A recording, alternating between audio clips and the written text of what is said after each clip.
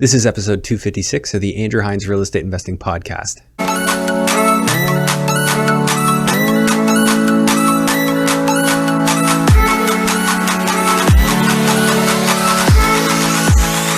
Here's how infinite banking works in under 60 seconds. You have to save your money somewhere. Well, we think the best place to save it is inside a cash value life insurance policy. You save some money in there, it grows tax-free for the rest of your life. Then an opportunity or emergency comes along. Let's say a few years down the road, you can buy a business, buy a property, buy an income-producing asset. You leverage the infinite banking policy, borrow against your asset, take advantage of the opportunity. But your money still stays in the infinite banking policy. You're not borrowing your money, you're borrowing the insurance company's money. So your money's in the policy, it's in the opportunity, and it's providing a death benefit. Rinse and repeat, rinse and repeat. You get to retirement, you have this massive cash value life insurance, leverage that tax-free, and you don't repay those loans. You sit on the beach and you spend that money tax-free every month. Doesn't show up on a tax return, and you leave your family a huge tax-free death benefit. Welcome back to the show. Today I have Jason Yu on, and wow, this was a cool conversation. To be blunt, the entire episode, I was pretty much just asking Jason how this is possible and kind of scratching my head in disbelief at how organized the guy is. So the short story is, in 1 year, he has over 100 units under his belt, closer to 150, with another 50 or so under contract in the provinces of Newfoundland, New Brunswick, Ontario, Alberta, as well as the state of Texas. So yes, you heard that right, 1 year. So last December he started. We're in December now as we record this, and that's where he's at. I don't think I've ever seen that kind of progress in that amount of time from a guy who still seems completely calm, cool, and collected. We really dug into how this is possible, the processes, the mindset, and it was just, I wish I had 2, 3, 4 more hours with him to just dig in on this, because it was fascinating. Absolutely fascinating interview, and I think you're gonna really enjoy that. So I don't think I need to give it any more introduction than that. Buckle up your seatbelt. You're gonna enjoy this one. If you're new to real estate investing, I'm just gonna remind you that if you go right back to the first 10 episodes, that's where the fundamentals are really laid out clearly. There's a huge focus on that because I knew that this podcast was starting from scratch and I would have a lot of newbies. If that's you, go back there, brush up, and then come on up to these episodes and enjoy. So if you are enjoying the podcast, it's not the same times as it used to be. Not as many people are interested in real estate investing. So the best thing you can do if you're appreciating the podcast to help it grow is to share it with somebody. If you're enjoying it, please do that. It would really help and it would really be appreciated. So share it, review it, 5 stars, comment, like, all that stuff. And thank you. I'll see you on the other side. Please enjoy episode 256. Hello and welcome to the Andrew Hines Real Estate Investing Podcast. I've got Jason Yu. And he was referred from a recent guest, Suman. That's right. Yeah. Jason, thanks for being here. No, thank you.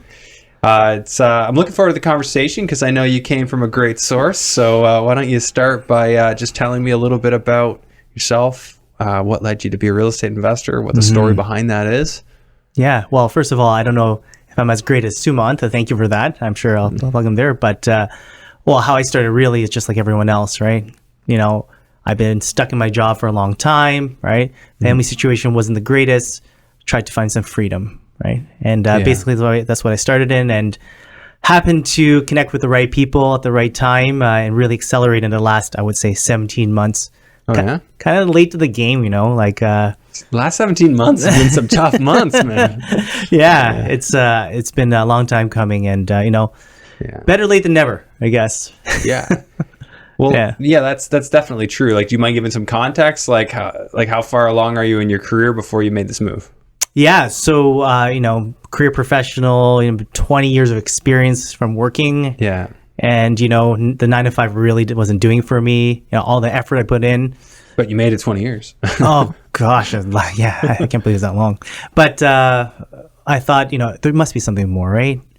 The rat race wasn't doing it for me, traveling so long. And so really the context here is that I tried to find an alternative way, right? And I felt in the last 17 months, connecting with the right folks and really getting into the real estate game, I've been lucky to get over 100 doors. So 100 doors in 17 months. Yeah. I mean, that's not small. Well, I mean, it depends. You can do that. You could do that in one deal, but it's not common for somebody to do that there first. and it's a mixed bag too, right? Yeah. So give me the. Yeah. Well, first off, like, are you like born and raised in Ontario, or you? Yeah. So immigrant family, right? From Shanghai, Hong Kong. That's where my parents were from. Okay. I grew up in Scarborough, right? Not the nicest of neighborhoods, right? We didn't have much growing up in Scarborough, and we worked our way up. Well, actually, we tried, and just like the good immigrant thing for my family, get a job, right? Well, first get a degree, pass school, and that was kind of tough for me a bit at the beginning, but get that degree, get the job, and you should be set for life. What degree did you do? Well, I did engineering, the numbers thing. I wasn't very good at it. Right? No. So I did another degree, which was business, right? Business school and all that. Okay. Wasn't good at that as well, but made do and stuck to a job for 20 years, as I said. What was the job? Well, in banking, right? Banking, okay. Yeah, tried that, and then I couldn't go anywhere after that. So it was like investment banking, working in a corporate head office. Well, started in IT, right? Okay. Did some, commercial work, right? Yeah. I joined a digital bank, which is part of the same bank. So Scotia owns Tangerine Bank, right? Yeah. You heard of Tangerine Bank? Yeah, it used to be ING. ING. Yeah. Challenger. They wanted to try something different because I wanted to try something different, so I joined them. Yeah, on the outside it looks great. So are you saying that you just like exited your career and went full into real estate? Yeah, I just said forget this. So you must have had a pretty good nest egg of cash saved up that you could inject into the real estate. Well, I invested in the wrong deal, like when I was working. So I invested in a Toronto single family opportunity, didn't cash flow. Yeah. And, I exited by selling it, had some cash lying around to start this work effort. But really, my portfolio today has really been through investments. So what were you coming into it with then? So let's start with the year context. Like, what year was this and what were you bringing to the game? Yeah. So 2022, That's when you bought the first multi. Yeah. A little late to the game, right? That's hilarious. But then before that was one rental property. Yeah, it was one town in Toronto. Okay, and you had already had your home as well? Yeah, I have a home. Yeah, home in Scarborough. Here's the thing. Well, I grew up in Scarborough, right? Yeah. Or the home's in Toronto as well. Nothing against Scarborough. I grew up there, right? Yeah. Didn't want to live there, but I'm married, kids, right? So I moved away. But yeah, I keep my investment portfolio separate than my home. Of course. Right. So investment side, at the town. Yeah. In Toronto, and I had it for a couple of years, right? As I said, spent years just getting that down payment, saving the money the traditional way, getting it under contract, buying it, and I thought I was set, right? Yeah. Negative cash flowed every month for the entire time I held it. And when did you buy that one? 2018. Okay, so you had a few good years of growth in that property. Absolutely, yeah. So you must have made hundreds of thousands of dollars in equity.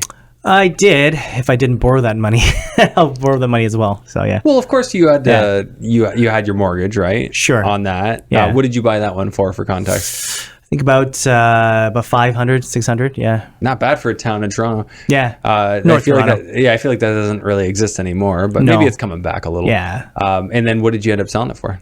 I sold it for about 8. Okay, so a few hundred G's of upside. That's good. Yeah. But the negative cash flow hurt the whole time. Oh yeah, I couldn't get good tenants. I mean, had pretty terrible tenant stories where I had tenants that didn't pay rent, and they couldn't get them out because of the Landlord-Tenant Act, and so I just said it's not for me. Okay. Try something different. Yeah. And when you exited so you got that sold in 2022? Yeah. And then it's a good year to sell it. I know, I'm lucky, right? Did you sell it prior to March or?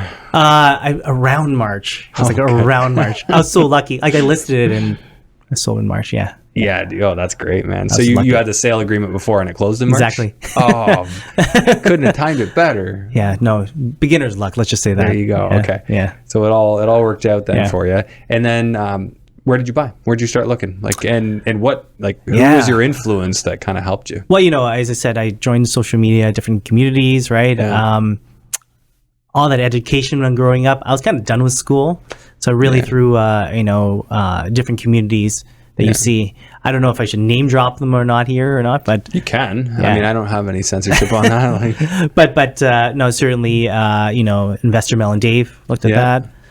Wealth Genius, M1, right? These different communities, which I didn't really join, didn't right? join, you're just observing. Observing and learning from their concepts. But, I joined one of them just to see how it went. It was pretty good. And what I did was from there is take some of the best practices, right? Go for multifamily, not single family. I started looking for cash flow opportunities, which means not the southwestern Ontario market. Well, that was the obvious question, and having had Suman on here, I'm assuming you went east or west. Well, I started east, yeah, worked my way west, yeah. then down south, right? Okay, so similar pattern. To It's a lot of people, right? yeah. Okay, so east, you went to New Brunswick. Yeah, I started multifamily. First one was fiveplex, right? And then from there, Fiveplex. And what'd you buy that one for? fiveplex was for like crazy, right? It was like $350 or something like that. So $350 for a fiveplex. yeah, well, we're talking In like like St. John or something? northern Bathurst, Bathurst. Okay. which is mid north New Brunswick. And how did you decide on that area? Was it just price point? Price point, but coming from an immigrant family, I looked at the net migration from immigrants. There's a lot of pent up demand from the pandemic, right? Yeah. And I was lucky enough to connect with a immigration lawyer in Moncton. And I met her. I travel there. I like to visit my properties when I can. Nice. And she said, through her immigration backlog, she said there's a ton of people going into that area. So I thought, okay. She had some sure. inside info. Yeah, lucky, I guess. I stumbled upon it. And then very I cool. decided to just start there, right? And then from there, it's been, many different purpose-built, larger multis, right, throughout New Brunswick, Alberta, right, Newfoundland. Well, forgot about Newfoundland, Alberta, and then Texas. So Texas now. yeah, Out of those first, the Canadian part. yeah.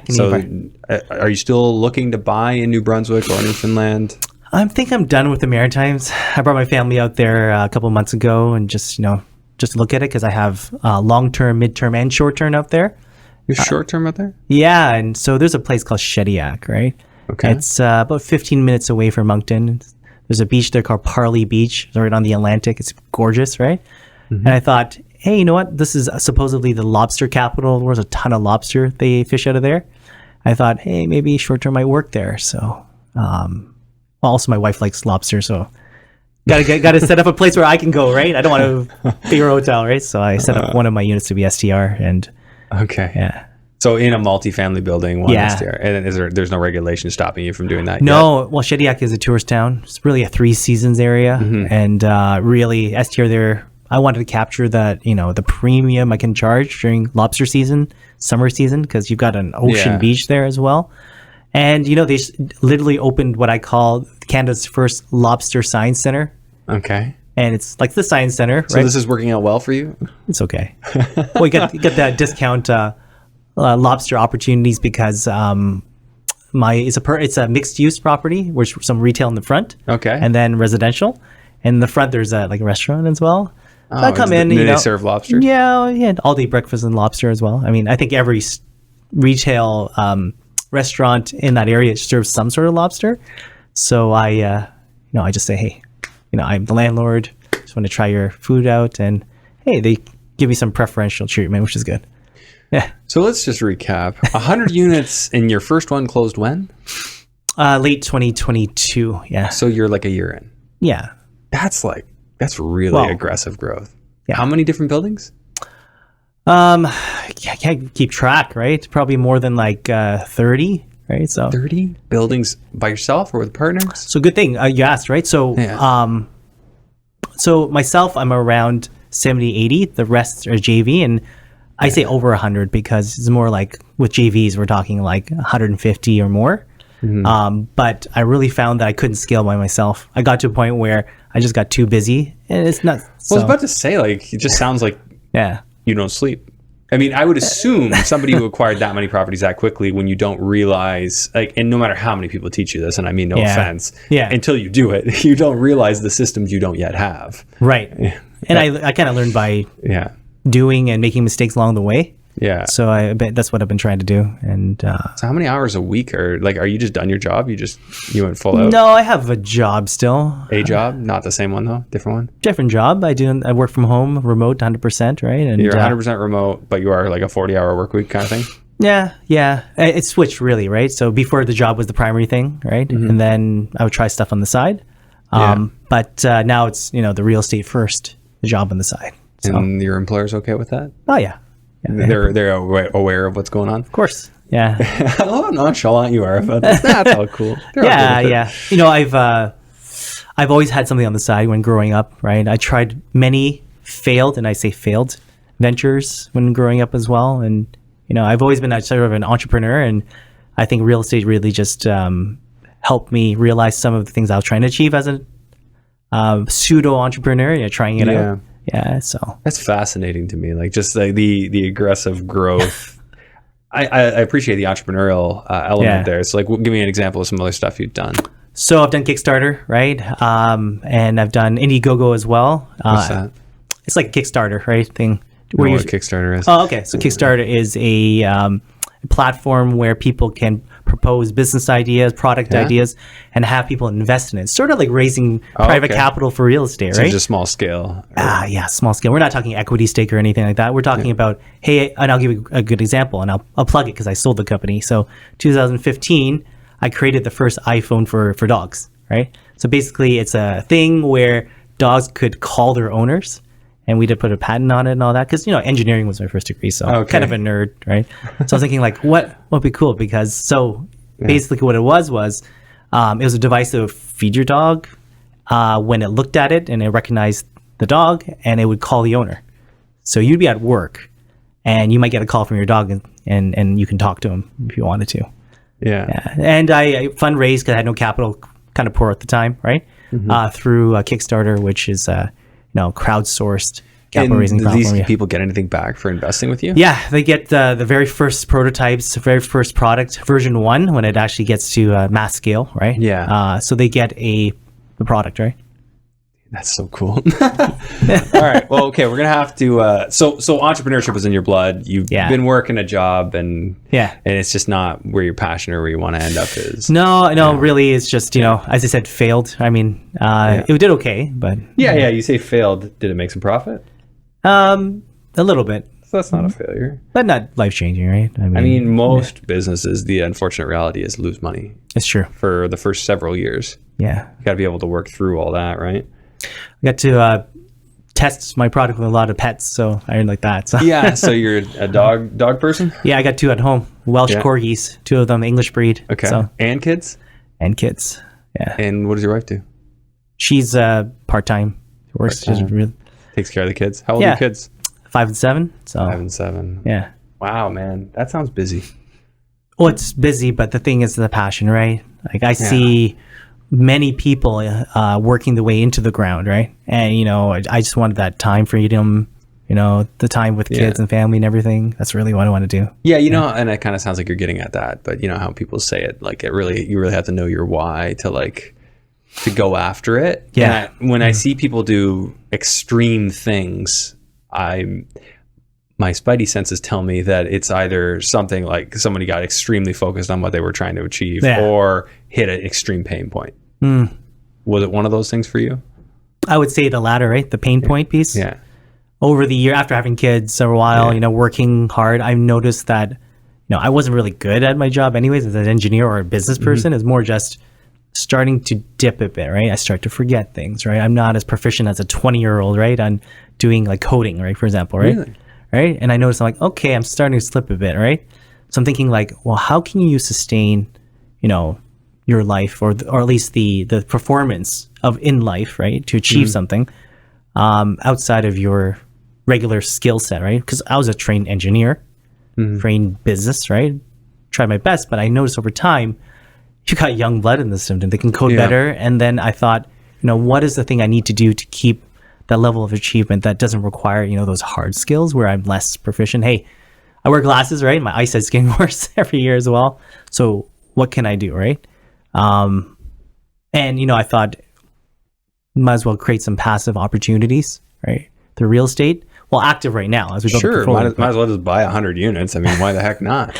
Yeah, and partner with people that know how to do better than me, right? So that's all. Yeah. Yeah. Well, okay. So let's talk about the people who you partnered with, and when in the process did you partner with them? Yeah. So the first 9 months was really just myself. Okay. I always walk the walk before I talk the talk, right? And so acquiring the multifamilies, I started with the 5-plex.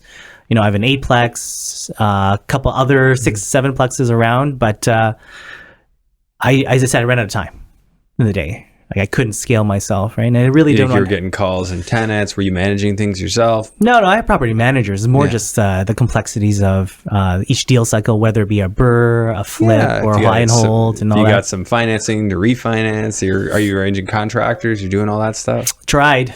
Yeah. Just ran out of time. Yeah. Well, no shit. You should have talked to me before you did this. Oh, yeah. Well, I didn't even see. I wasn't in the game. I'm so late to the game. And also maybe a little bit of, I don't know if it's pain, but knowing that so many people started this years ago, really got into it. I wanted to. The one thing I love is like when you do something like this, when you buy one of those buildings, it's like you set the bridge on fire behind you. It's like there is no turning back. Yeah. Like you got to go forward. Yeah. You just got to go forward, and then you'll feel the pain. But there's nothing you can do to not go through it at that point. So you're just forced to. So it's almost like, and some people, and I'm not recommending this, but you could just do that as a strategy. Just know it's going to be painful. Just do it. Yeah. As long as you know you're not going to get like totally devastated by it and all that, of course, right? You can't invest in a losing investment or anything like that. But if you know it's going to be profitable if you put in the work, but you know it'll be painful, for some people that'll work. Not my advice, but I mean, I've done it. I agree. Too many times. For me, it's just been, I feel that inertia a lot of folks have, right? Yeah. That fear, right? Inertia, that's a good one. It's a good way of saying it. Yeah. I guess it's part of my engineering technical words. It's a good one, yeah. Yeah, it's hard to start that movement. It is very hard. That's the thing. Like you hear good ideas, but if you don't take action on the good idea right away, someone else is going to take it, right? Somebody else is going to do it. And there's good, and then before you know it, you'll hear 3 more good ideas that you won't have taken action on, and then that's almost devastating to your success because then you think of yourself as somebody who doesn't take action, right? And that's not good. So, well, and that's why my next level of stuff we're working on now is beyond just acquiring our own doors. Is now I've started our real estate coaching program as well, right? Myself and Suman, who run the show in your podcast as well. Nice. Trying to help others, right? Both of us are from immigrant families, right? We're targeting a specific demographic here, right? People that are from a specific culture that are more conservative, right? So they don't take these aggressive moves. Well, I did, right? But other people, you're trying to help people out, and that's the angle we're taking right now. What would you say would be the most like painful realization in that 100-unit acquisition within 12 months? Most painful? Yeah. I would say what you plan to happen, like what your plans are, never really happen. When you think you can get an ARV when you're planning out, and when you get to it, most of the time it doesn't happen, right? So would you say some of that was like naivete, like you just didn't know what you didn't know? Yeah, I just go full force ahead. I think so. The phrase I always use these days is good enough. Good enough, which I think everybody needs a bit of good enough, right? Yeah, 80% good, 20%. If you're trying to get 100%, you never get it. Yeah, I don't even go 80 these days, Andrew. Unfortunately, no, I'm going like 60. So, in what areas of your life do you apply that to? Real estate, making decisions, and how, like in what context? Like, give me an example. Well, if there's a competitive bid out there, right? Whether it be, people are waiting for a phase 1 environmental, right, to be done, or maybe an availability of a contractor to even quoting on renos. Yeah, I'll be like, hey, I kind of know the area. I have some comparables through my own portfolio or just talking to people. Good enough. Let me put a offer down, waive conditions if it's good enough. Yeah, go for it. Not worried about that bad environmental? Yeah, of course. I mean, I look around, So far, it hasn't hurt me yet. Let's say. I know some people. For instance, my brother-in-law, we host a show together, and he talks a lot about that. And like any building he buys, like environmental's got to be there for sure. But I I've also, from a financing standpoint, I've helped a lot of people buy buildings, and they're not always getting environmentals, especially if there's no reason to think there would be any environmental concern. Right. Like if you're not near anything that would cause an environmental contamination, then that was my opinion. But of course, anything could happen. Oh, for sure. But then you got to think like banks, and especially price point too. A lot of banks under a certain price point, they don't require it. Right. It's like once you get over $1 million, that's when they really start wanting to see it more, which I'm sure a lot of what you're buying is actually under $1 million. Sure. But also like I closed a 24 unit recently too, right? Did that have an environmental on it? Absolutely. But I was okay to like waive it before even the environmental was done because. Yeah. So this deal was an interesting one where it was a foreclosure. Foreclosure. On a 5-year-old 24 unit. And whereabouts was this? Alberta. In Alberta. Okay. West of Edmonton. They do foreclosures out there, not power sale? It was I think it's foreclosure. It was a credit union. Okay. That had the first position on the previous seller. They couldn't pay and they foreclosed on it. Okay. They didn't do a power sale on this one. But what it was is that, it was sort of the first come, first serve, right? Once you found out about it, there was a ton of people waiting in line, but I might have had the best offer, but I just said, waive condition, let's just take it. Without the environmental. So other people might have offered more, but they wanted the conditions. 3 months. Due diligence. Due diligence period. I just said, forget it, give it to me. So, I mean, I don't want to say famous last words when you say it hasn't hurt me yet. But it's again, it's like sometimes it's, if you're okay with there might be some skinned knees along the game, and some people that's just how they play the game. Like I think this site's good. I'll deal with what comes of it. Like what's the worst contamination, and how would I deal with it if it did happen? Yeah.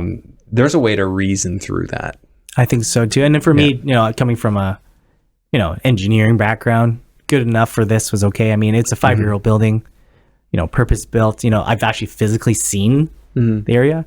Beside a golf course, so I'm like, okay, it's not a contaminated. So I wonder what they would think of like the pesticides golf courses use. Maybe would that be an issue? I don't know. I know I've seen even mention of like the road salt getting into soil. Really? That's a thing. That's a thing too. Yeah, they don't like that. Wow. Okay. These like I think of the name of one of these, but these geotechs, they'll pick up on all that stuff.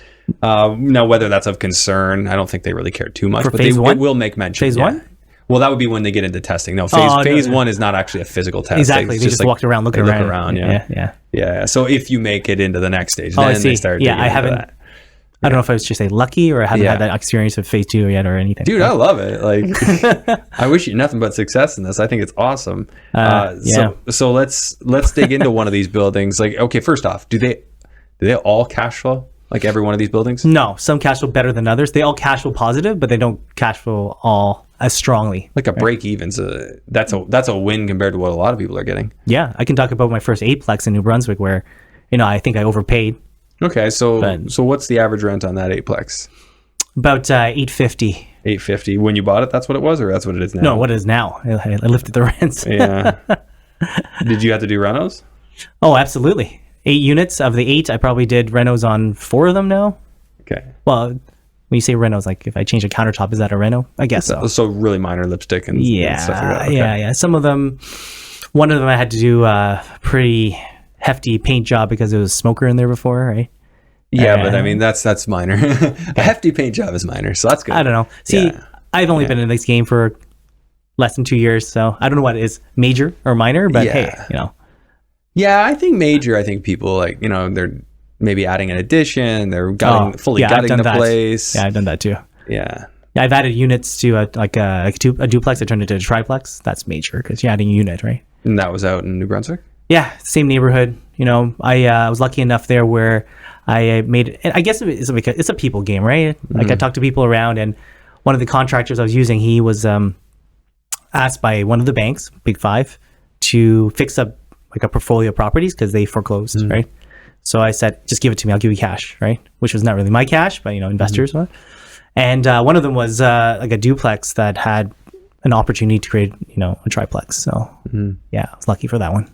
And it made financial sense to go ahead and do that? Yeah, because I bought it for ridiculous. The appraised value was probably like 40% more what I bought than it because I bought it as a portfolio. But at the same time, it was foreclosure, right?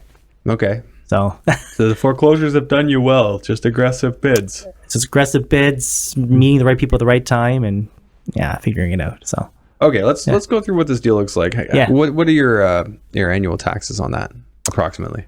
which one? The eightplex? Eightplex, yeah. Yeah, it's probably around maybe two-ish. I don't know exactly. Like 200 a month or 2,000 a year? About 2,500 a year. Yeah. All right, 2,500 a year. Yeah. Maintenance, do you do like an 8% allocation? Probably, yeah. Yeah, especially with older stuff, you're gonna have a lot of when stuff. I underwrote it first, it was like 5, I thought, Yeah. and then, as I said, never works out, right? Usually with the older buildings, I'll even budget like 10. Yeah. Just because I know like life cycle, things come up before you know it, you're replacing a furnace or something. I know. Oh, wow. Yeah. Thank God I haven't done that yet, right? Yeah.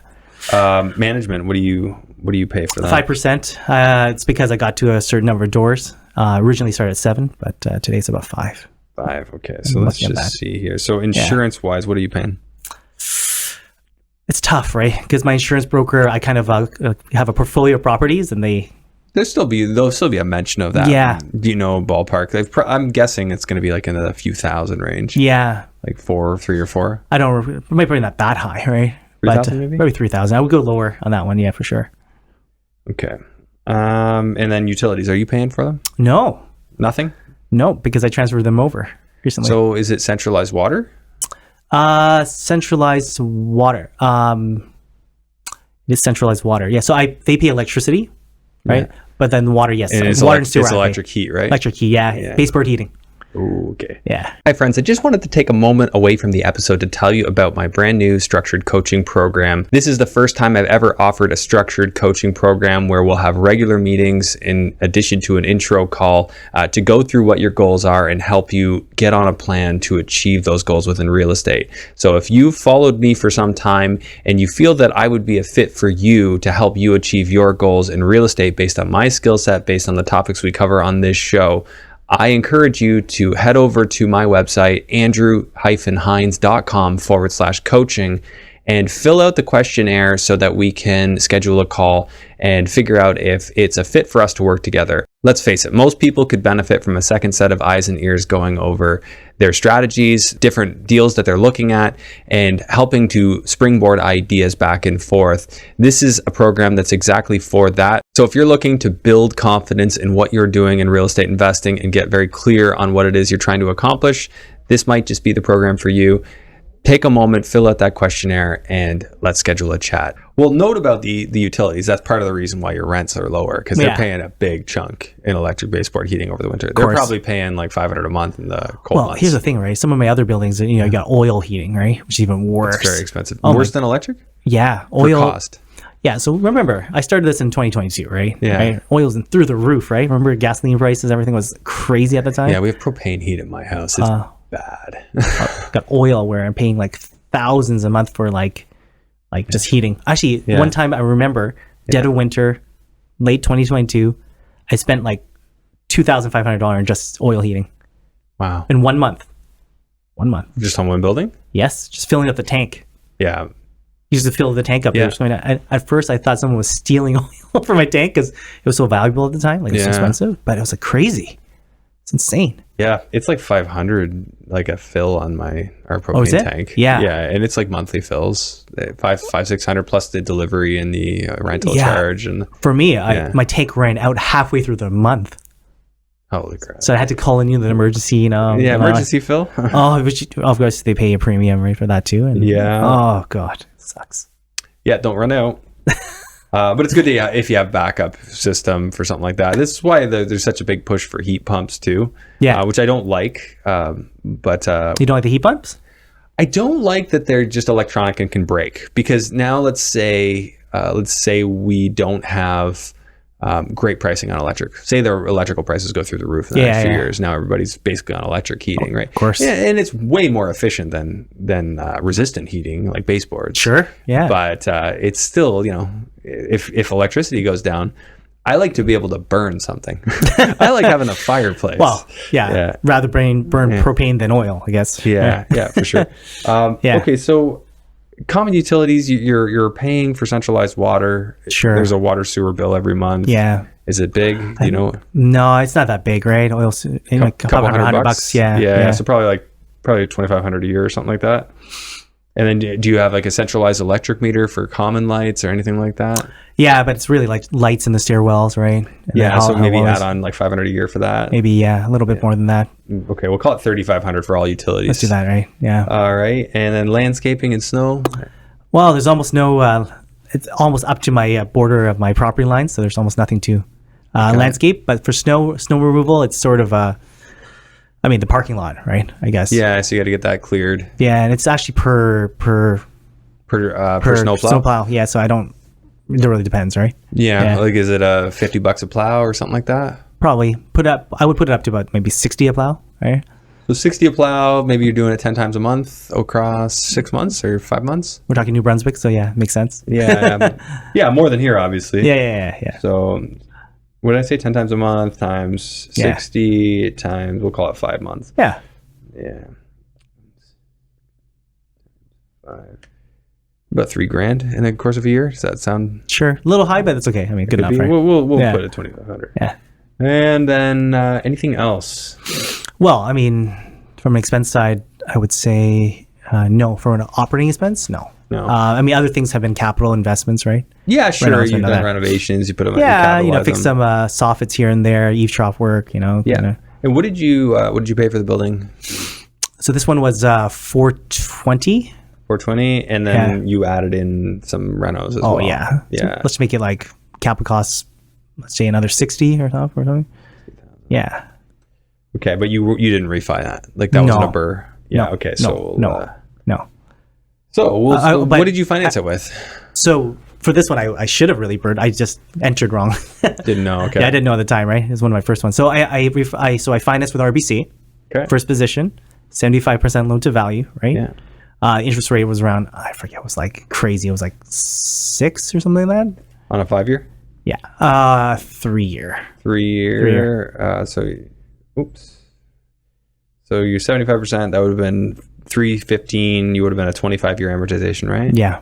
And then you were 6% interest rate. Yeah. So you're like $2,000 a month in payments, which still leaves at the new rental rates. You're like $3,000 a month in cash flow. Right, but the thing is, to cover the remaining 25, right? I took some private as well, right, to finance that. Gotcha. That's the reason why I'm getting close.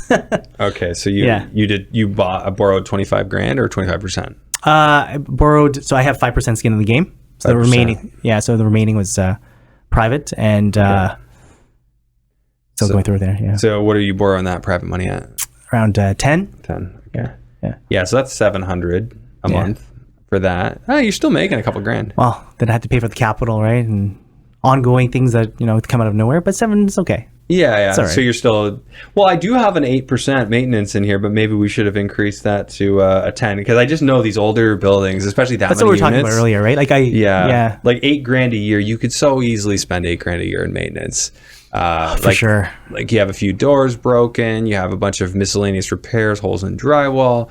You do some light renos here and there, just like upkeep renos, paint a unit. That's like a couple grand right there, $3,000. And just knowing the geography of this area, right? So it's actually by a waterfront, right? Yeah. And it gets a lot of wind on one side. So like, for example, the siding that faces the water right now, probably going to have to spend that extra 2% you're talking there, from 8 to 10%. Just to replace it? Yeah. You can't clean it? Is it because of salt? Oh, yeah. We're talking the ocean, right? So it's tough, right? Yeah. It just gets hammered. It gets hammered, right? What does the salt do to it? Degrades the siding, right? And it wasn't the best before, so Yeah, this is why. So factoring in sort of my 10% or whatever in this case would be have those life cycle items like your windows, your roof. Eventually that goes. You're gonna have $5,000 for that. Yeah. If you're not kind of setting it aside on a year by year basis for that, it'll really slap you when you have to pay that amount. But here's the thing. I mean, I think the ARV or the valuation of it now, right? I'm guessing using comparables, and would be around about 6. I mean, we're talking about something that I bought for $420. It was in the best shape, right? We took care of it, and I'm hoping that when it's ready, we can refi. But as I said, this is one of my first deals. Yeah. Yeah. I could have really came in, bridged it, refied it after working on it, but I didn't know. So. Oh, okay. Yeah. Well, yeah. I mean, when you come into the first one, but you're still doing well here because your total investment is basically the $60K. Right. And then you had another 5%, which worked out to be how much approximately? I just have my formula up here. So 5% of 400 is what? 20 grand?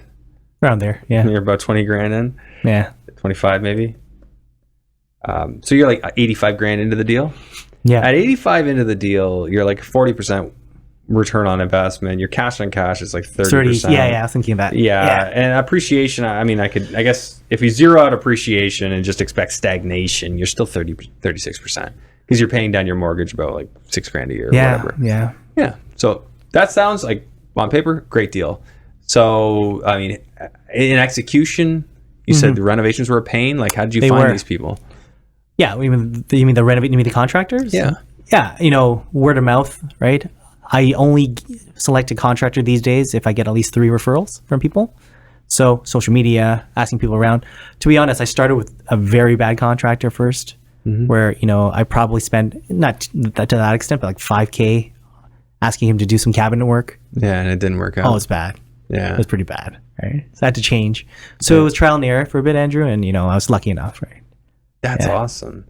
So not awesome for my $5,000. So you went okay. out there, you had to stay in a hotel, presumably, and then you're bringing the family with you. Yeah. And you're investigating the area, making calls, meeting people. Well, first I went on by myself, and, I thank my wife here. If she ever listens to this, all of this is because of her support and the family as well. And, that belief, right? Yeah. So that's why and one thing I do is every property in a region where I think it makes sense for my family to visit, I have at least one STR for myself.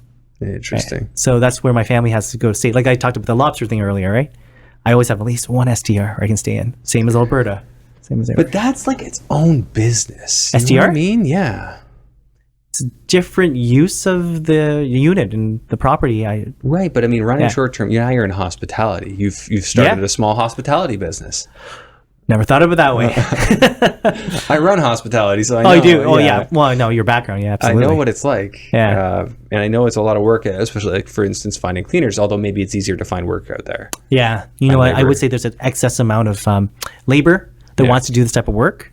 Yeah. A little easier than working at the fisheries or in Edmonton, the oil so fields. they'd rather clean than do. Yeah, some people are more, they like that, right? And I use my Alberta STRs as well, where, you could work in the oil fields, which is just tough work, right? You're not in the mud fields, you're working the oil, right? Or you can just do some STR work, right? Might be making a little less, but it's more comfortable, right? So you have a short-term rental in Alberta as well? That's right, yeah. Which city? So this one is near, it's just Edmonton. Oh, it's in Edmonton? Yeah. Okay. Yeah. But I have the 24-hour close was in near White Court, Fox Creek, which is White Court. So do you know where Grand Prairie is? Which is about... That's south, isn't it? That's west. Northwest? It's west of Edmonton. It's becoming the 3rd largest urban center in Alberta. It used to be Red Deer, which is between Edmonton and Calgary. Yeah, I know that place. But Grand Prairie, I visited there recently, has its own airport. It's has a population of just over 120, but we're talking like 40% growth in the last like 2 or 3 years. It's insane how this is growing. It's insane, yeah. And why is it so much? Just because immigrants. of the oil? Yeah, no, immigrants. So they built a $900 million hospital. Finished it. They also have a $21 billion oil contract in the region, but also because I would say it's very immigrant friendly. Yeah. The mayor, right, is an immigrant guy, right? And he's bringing in people in. And I would say that has the best Indian food I've ever tasted in the middle of nowhere. No, in Grand Prairie. In Grand Prairie, okay. But that's really far from White Court. I know. So for one of the things I like doing, Andrew, is doing real estate investment trips. So I went to Alberta. I met 100 people. I looked at 100 doors, of which 50 I have under contract right now. And I also drove 1,000 miles, right? And I did that in a week, right? And so I drove from Edmonton to the White Court to Fox Creek, and I drove to Grand Prairie as well. So wow, okay. But your places are in Edmonton White Court. and White Court, Fox Creek area, yeah. Okay, but not, and then Grand Prairie's on the. Well, I got 50 doors under contract there now, so. So you're about to be over 200 then. If they close, we'll see. Close? Okay. I mean, 27 for sure. The other 23 ran into some issues where the seller, even though under contract, did some funny business with the leases. So yeah. Okay. Yeah. Not a bad place to own real estate relative to Ontario, because landlord laws are better. Oh yeah. So you're I not like invested that. in Ontario at all. Oh yeah. I Okay. have only two STRs I invested in recently. So And where are they? Lake Simcoe, near Barrie, south of it. Yeah. And for the majority of these deals, you said you didn't come in with much of your own capital. No. So no. you were borrowing like promissory notes the whole time? Yeah. I also I've been fortunate enough to look at self-directed mortgages as well through registered funds. Yeah. So people are lending to that. Okay. Yeah. It's just I find Canadians, even immigrant families, they like to save, which is built in the culture. And just showing them another way where I think in 2022, my own RSPs, because I worked at corporate, I worked at the banks before, right? I got a -1 return. Yeah, that's probably pretty common. Yeah. So that's an easy angle for people. And now you're able to technically go up to almost 100%, or I guess 90%. They changed the rules. You can go to Unfortunately, 90%. It was 100% until like earlier this year. So. Oh, okay. Yeah. So 90%, and that's with a community. Olympia Trust will do it, right? Yeah, Olympia Trust. I think there's another one as well, but yeah. Community Trust used to do it, and then they stopped. They stopped doing it. Yeah. Yeah. Okay, so you can go to 90%, and is this just like in your community, like where do you find a lot of these people? Yeah, well, within my culture, my community, right? But also just through the real estate community, because I've been lucky enough to connect with certain people, hubs, where I have a deal, I talk to people, I know how the Olympia Trust process works. Some people stay away from it, I notice, because it's not the easiest. It's not like a P note, promissory note. Not at all. Yeah, you've got first of all, like coming from banking, a lot of the banks do not want people's retirement savings to leave the bank, right? Yeah. So they make it as difficult as possible. Yeah. You have two hurdles, right? Like one, you have to get it from wherever it is over to Olympia. Yeah. And then you got to get From through Olympia. their due diligence process to even allow you to invest your own money into anything. 100%. And I find that it's tough because a lot of Canadians, I find, they don't have a retirement savings in one place. They have it in a bunch of places. Yeah. It could be insurance, right? It could be like a Manulife, right? They have registered accounts there as well. And I speak from my own experience because I lent out my own registered funds. Okay. And, but yeah. These are non-typical results, right? What results? 100 units in a year, being able to raise money like that. I mean, sure, people could raise money like that 2 years ago, but raising money like that today is It's tough. that much harder. Yeah. There's still people ready to lend. It's just there are less of them. Well, I mean, the story I really tell is that I feel that, even when you're starting in the real estate game, everyone has their own successes in life, right? It doesn't have to be real estate related. And I find that when I first pitched my first deal to someone to raise capital for, it wasn't even about real estate. Yeah, just talking to them, making a connection. I have kids, right? Yeah. I have a job. I've tried entrepreneurship in the past, right? Yeah. I have belief in this deal, and I'm hoping they can join me in this journey, right? Yeah. And I started small, right? Andrew, I started with like 30K, right? Yeah, lend me 30K. 30K P note, right? And I gave them back early, and they said, "Oh, can I recycle this investment?" Yeah, right? can I do it again? Hey, if you're paying people, they're getting checks from you. Odds are they're not going to want their money back. Just keep giving me checks. Yeah, I mean, even the term runs out. Like I signed a 1-year term. Yeah, and they're on more than 1 year now, right? So out of all the P notes I've borrowed, I have had maybe one person ask for it back. Yeah. The rest of them wanted to keep it going, but something came up and the guy needed his money. So 100%. Yeah. They don't really want it back as long as you keep paying them and you give them no headaches. 100%. Yeah. Even those registered funds, I find even more sticky. It's in the retirement savings account, right, or whatever. An Olympia Trust, they're not gonna. Yeah. You can't use it anyways, right? So talk to me about your process for like making these offers on these buildings, because typically, like, I don't know what you're into out there for a 25 unit building. Is it a couple million? It's a 24 unit building in Alberta you talked about? Yeah. Yeah, it's over 2. Over 2. Yeah. So 2 million, they're, obviously you're going to need a deposit on that offer, like what, sure. 25, 50 grand. It was about 50 grand on that one, yeah. And if you're doing a lot of this and you got money into all these other deals, all of a sudden those 25 and 50 grand deposits add up. So you have people you just call up, hey, got to put together a deposit.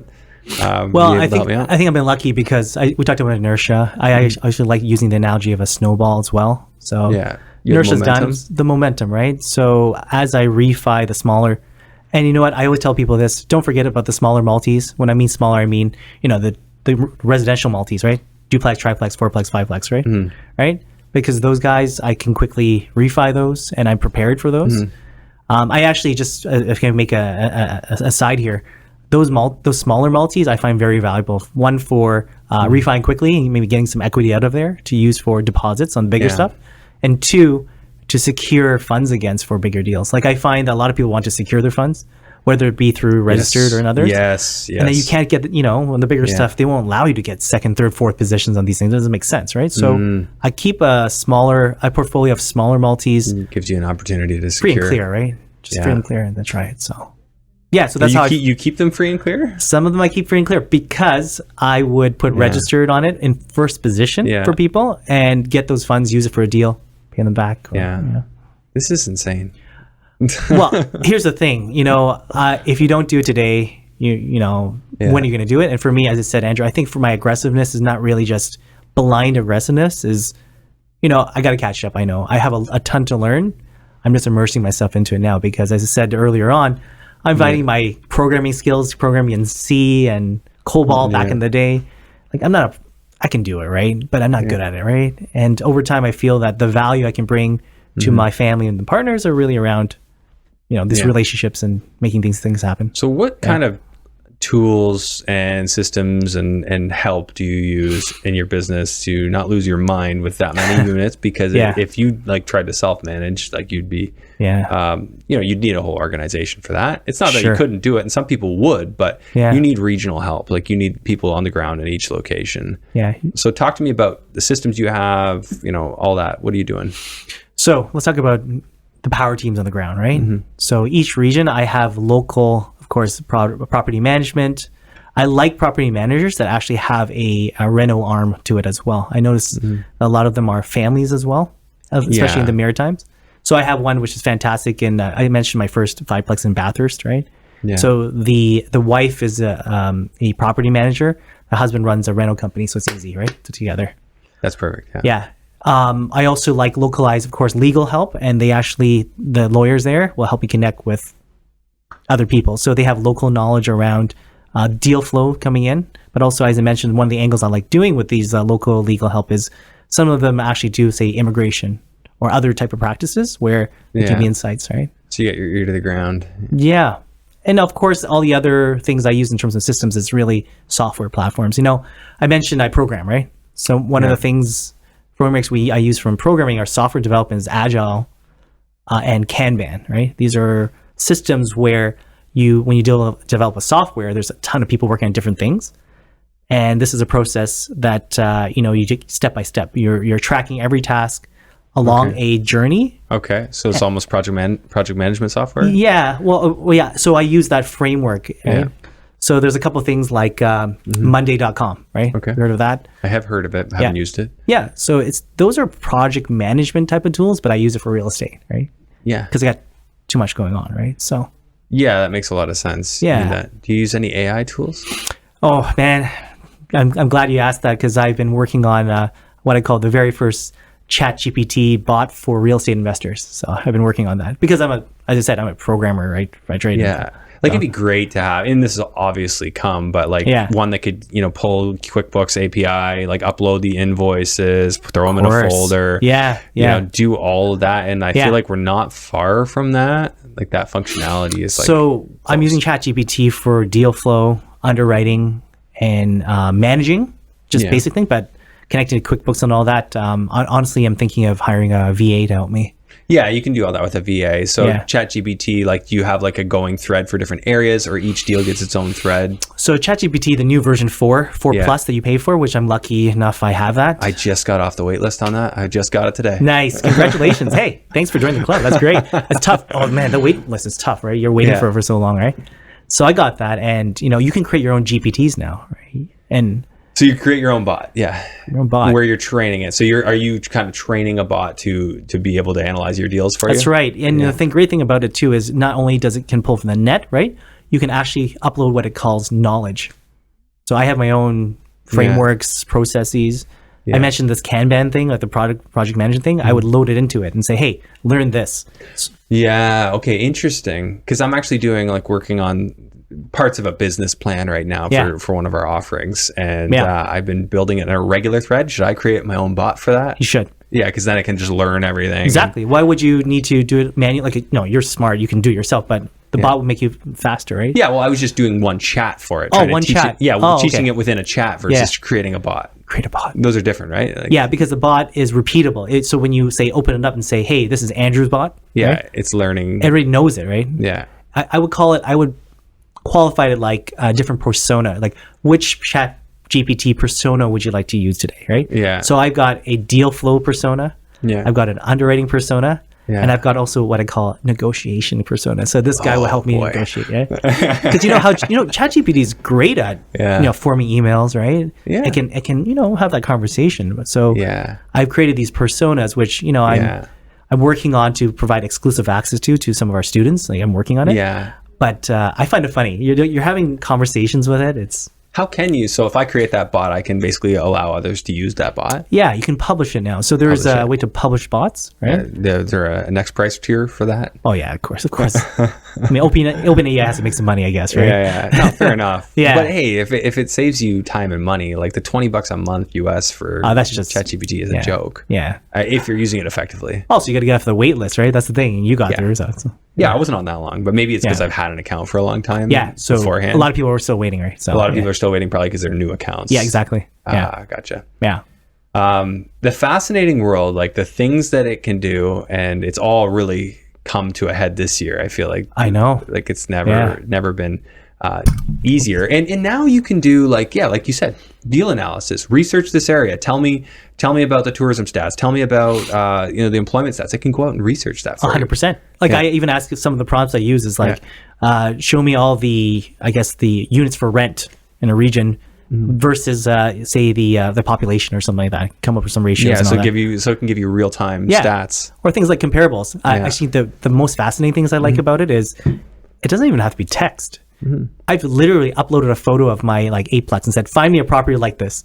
That's it. And it'd be like, oh, you mean like this with 8 units? I'm like, yeah. And then it would ask, where? And then you would talk to it, right? So that's handy. So what are your like kind of weekly processes?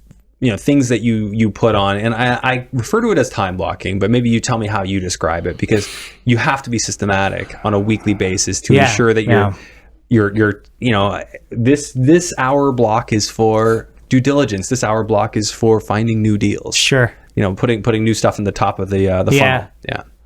Well, I see it as relationships, right? So I block time for relationships, the work for, the actual hard work, due diligence and all that. I do that on my own time or get my ChatGPT to do it, right? I can't do it, but every day I have a 10 p.m. Eastern call. And I actually have a group called the 10 p.m. Fund. We're trying to start a fund, right? We call it the 10 p.m. Fund because we always have meetings every day at 10 p.m. Suman's on this call, right? Of course, right? Where'd you guys meet? Like, how'd you meet? He was my first investment. I gave him like his first P note. So you gave him his first? Yeah, because I had no idea what I'm doing in real estate. This was 18, 19. This is before I started my own game. And he was out there, promoting. I'm like, I don't know what this guy. So you were watching him. You kind of knew. Well, as I said, right? I was watching the different communities, right? Yeah. And that guy is part of every single real estate community there is. He's a little social butterfly and social media butterfly. Oh, he's awesome, right? Yeah, he's good. But I said, hey, he looks good, and you can even ask him 10 minutes. I talked to him for 10 minutes. I said, here, take my money. That's how I knew him. That's how I met him.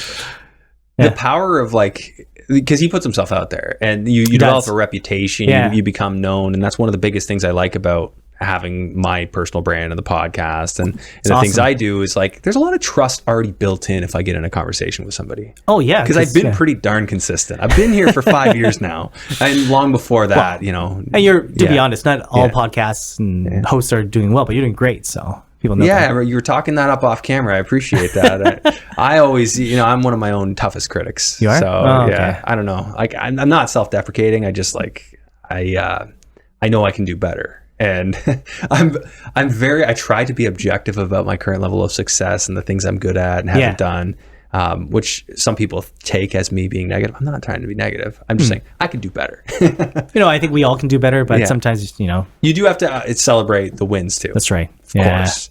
Yeah. My wife tells me that all the time. I'm also like that too. I'm like, 100 doors, is that enough this year? Trying to work on that. So yeah, I'm inspired by it, man. I want to know more about the nuts and bolts. You could start a personal organization and systems YouTube show and just share all about how you managed to do this and the systems you implemented to do it. It's funny how you say that, and the reason why I say this because as I mentioned, I was in Alberta. 100 people, 100 doors, 1,000 miles. Yeah, that was my trip. I actually created a blog about that. Yeah. But my PM out there said the exact same thing. He said, you should start a course or something about systems, right? Yeah. That's what he said. It makes perfect sense. So you mix business with engineering, like that's like a dynamite combo.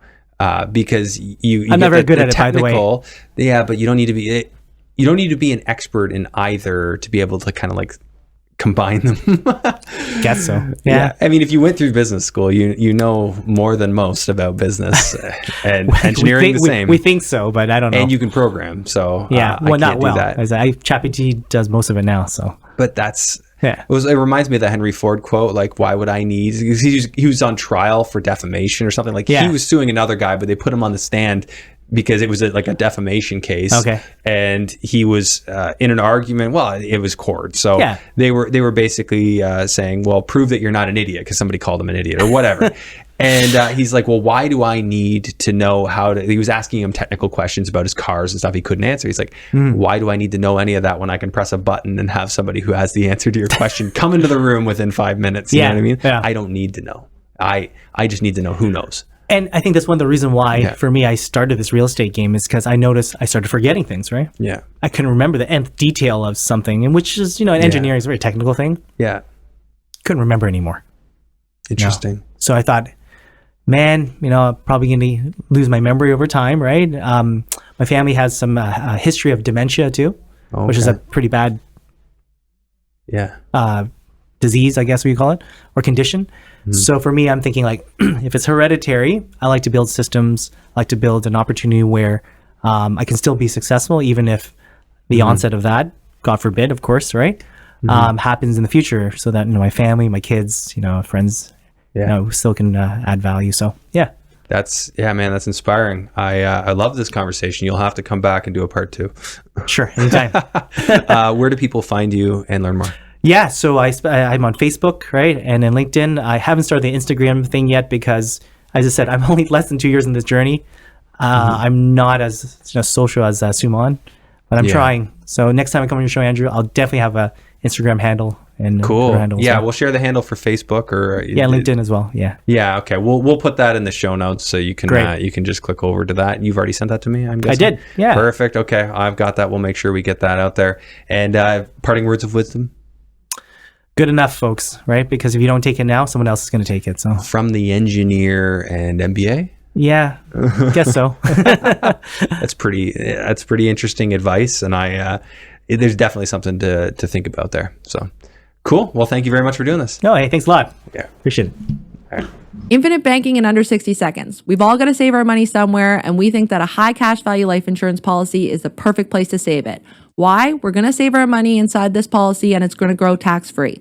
Down the road, we're going to get hit with an emergency or an opportunity, maybe a chance to buy a business, real estate property, an income-producing asset, and instead of withdrawing from our savings account, we're going to leverage that asset. We're going to borrow the insurance company's money, and we're going to invest in that opportunity. Our money is still inside of that policy, compounding, uninterrupted, tax-free, and our money's outside in this investment opportunity. We're going to rinse and repeat, all while providing a death benefit for our families. Down the road, we're going to retire. Now we retire with a high cash value life insurance policy with a lot of cash. We're going to start taking those policy loans again, but this time we're never going to pay them back. When I say never, I mean we're going to pay them back with the death benefit when we die, and our families are going to get left with the rest completely tax-free.